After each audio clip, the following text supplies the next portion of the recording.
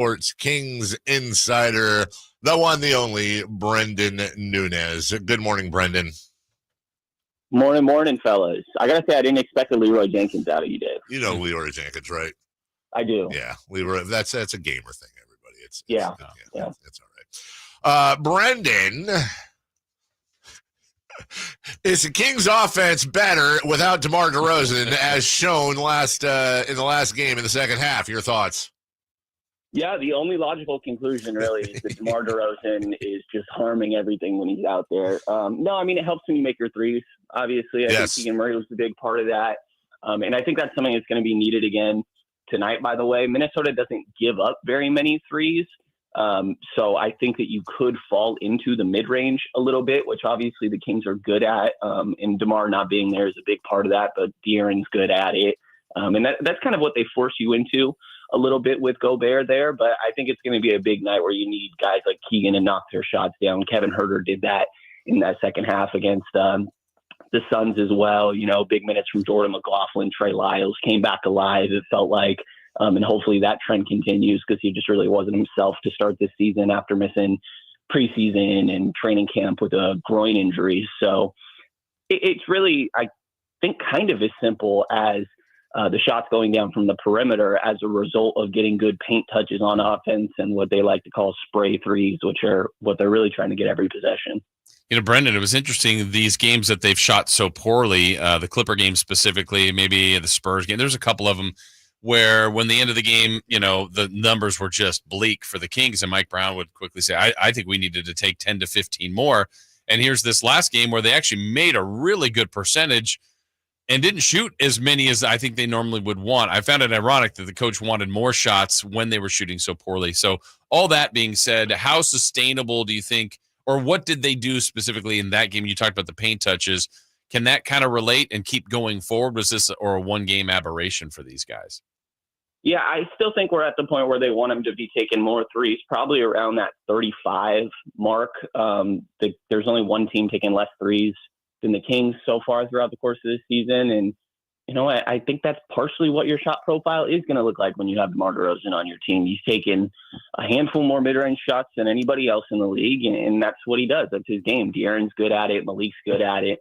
But I think part of that is being able to create that is you can break down your guy off the dribble, and then from there, obviously collapse the defense and just make the simple pass. I think is kind of the key here, not trying to, you know, being okay with a hockey assist, essentially, and maintaining that ball and player movement after that initial breakdown that one of those key guys is usually able to create. So, you know, they still got to go down when it eventually gets swung to the right shooters, but so much of it is those three main guys, which obviously only one of them available tonight in De'Aaron. Well, DeMar currently doubtful. We'll see what that ends up looking like after shoot around here around 11. But I do think it is a lot of, specifically if it's only Fox, he's got to get down there and be able to break down the defense, make the simple swing to the next guy as the defense starts to rotate and keep them in rotation from there. DeMar DeRozan is leading the NBA in field goals attempted from 10 to 14 feet. He's shooting exactly 50%, and he's taking 0.7 more than the second-place person, Kevin Durant, who is 1.1 shots per game ahead of third place, just to give you an idea of how far ahead those two are. 15 to 19 feet.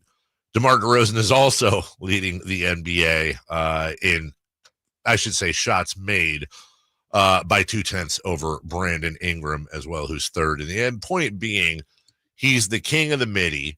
And I guess, Brenden, maybe it's not DeMar DeRozan allowed the team to excel in the second half because the offense freed up.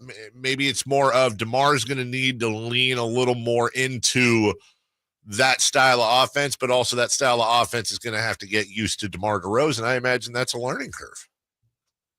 I think that's very much the case. I mean, I think it was a concern a lot of people had with Keegan after they first signed DeMar is, where is there still going to be room for him to kind of grow and expand his game? And I actually think we've seen him be aggressive pretty much all year long. I don't know that they've necessarily always gone in. I think that Phoenix game was a step in the right direction for that.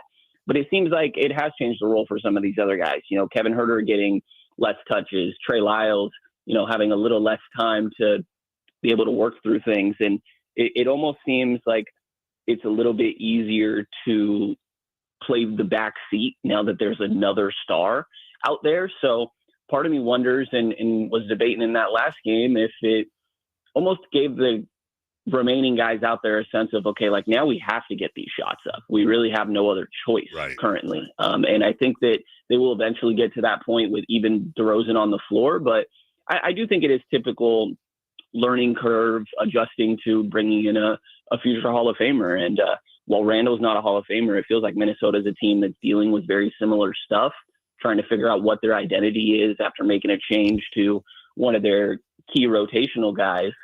So in a similar spot. And by the way, prepping for tonight's game, a lot of stuff reminiscent to early last season for the Kings as well. They just lost back-to-back games on the road against the Portland Trailblazers. They're coming off 3 straight losses, and Anthony Edwards after last game is talking about how they played down to their opponents, but he's not worried going into Sacramento because it's a big game, so he thinks they'll play up. And I don't know about you guys, it sounds a little familiar.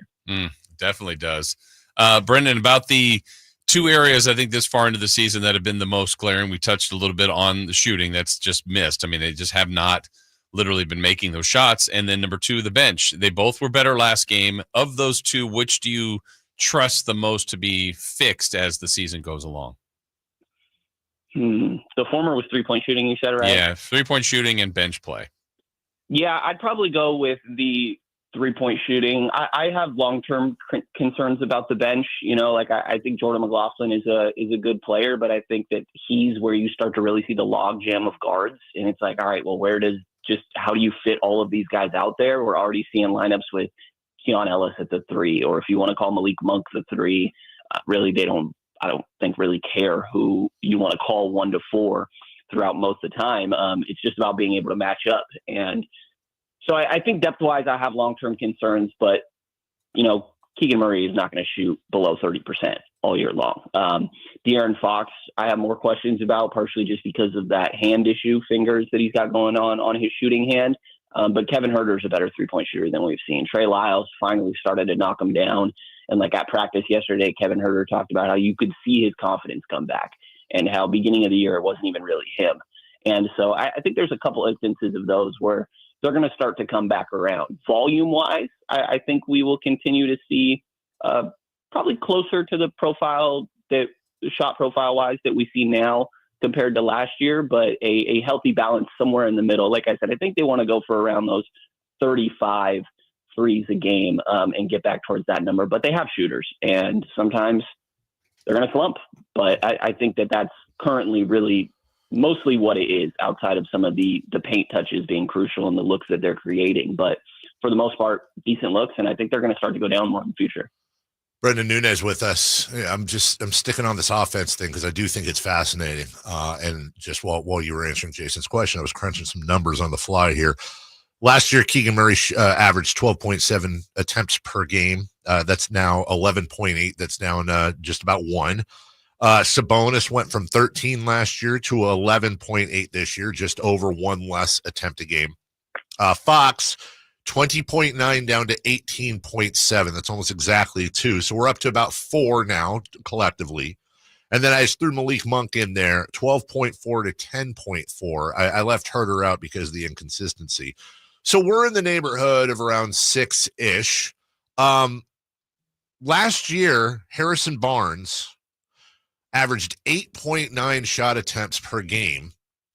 DeMar DeRozan this year for the Kings is averaging 16.2 shots per game. So that's 7.3 more than Barnes did last year. By the way, DeMar's actually down 1 full shot from 17.2 attempts last year with the previous squad. So, I shouldn't say obviously, but mathematics would tend to lean towards, okay, it's basically the same attempts. It's the same, you're still getting similar looks, but about 8 more shots a game are coming out of the ether and into DeMar DeRozan. And of those, I haven't even looked at the 3-point comparison, but I guarantee you DeMar's taking less threes than Harrison Barnes was. So you're adjusting a decent chunk of that starting offense to the middies. And also other guys are kind of giving up a little, but not as much as I might have thought, Brenden. to facilitate DeMar and his offense.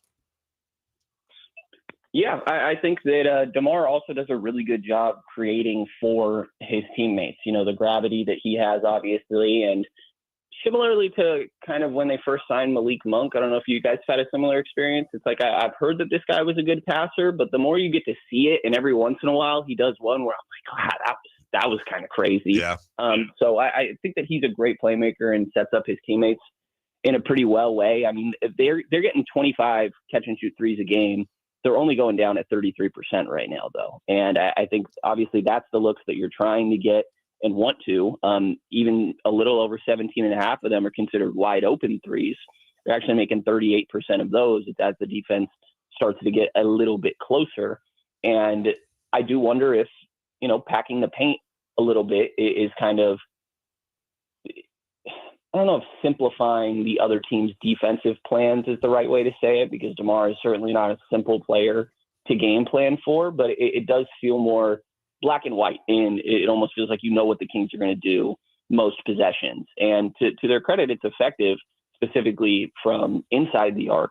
Again, I do think it's just kind of being more in the flow, the ball movement, specifically in the half court, like how many more possessions feel like not straight up isolations, but they kind of end up being it after their little bit of action. And again, they have the guys to do it.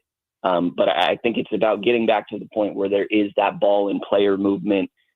Again, a balance between what we've seen beginning of this year and for most of last. But I do think they need to get a little bit closer to where they were last season. And playing with pace is a big part of doing that. Minnesota's had 20 plus turnovers in 3 of their last 4 games. Kings are a pretty aggressive team when it comes to turning guys over. And if you're able to get out in transition, especially without DeMar here, and I would imagine you're going to lean into De'Aaron. Well, DeMar's status kind of TBD, but doubtful makes me obviously lean towards him probably not being out there. But you can get Minnesota to turn the ball over. I think that really simplifies things for tonight. You want some more DeMar DeRozan effect as we wrap up. Last year, the Kings took 90.9 shots per game, making 43.3 of them. This year, they're taking 88.1 shots per game. They're making 43.3 of them.